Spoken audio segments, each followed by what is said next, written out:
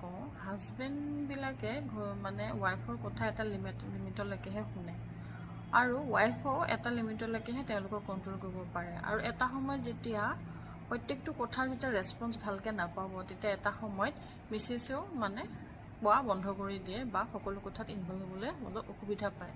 তেনে ক্ষেত্ৰত জুবিন দা আছিল এজন পাব্লিক ফিগাৰ।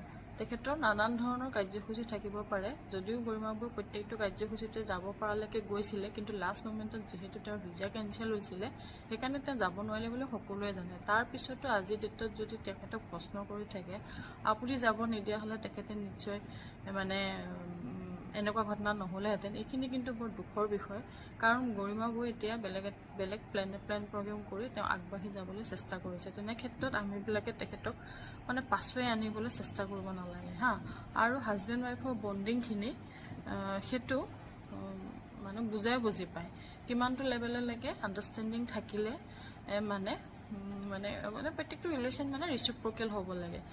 তেনেকুৱা হ'লেহে মানে এটা বণ্ডিং ভালকৈ থাকে। আৰু যিহেতু তেখেতে পাব্লিক ফিগাৰ আছিলে, পাব্লিক ফিগাৰ থকাৰ কাৰণে তেখেতে নিশ্চয় ঘৰতকৈ বেছি তেওঁ সমাজক সময় দিছিলে আৰু গৰিমাবুও হয়তো এটা লেভেললৈকেহে তেওঁক কণ্ট্ৰল কৰিব পাৰিছিলে।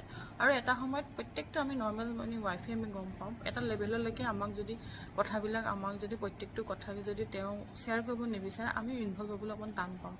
মই এগৰাকী নাৰী হিচাপে মই ক'ব বিচাৰিছোঁ আপোনালোকৰ কথাটো অকণ ভাবি চাবচোন, প্ৰত্যেকটো ক্ষেত্ৰতে যে গৰিমাবুকে প্ৰশ্নবিলাক কৰি থকা হৈছে কিয়?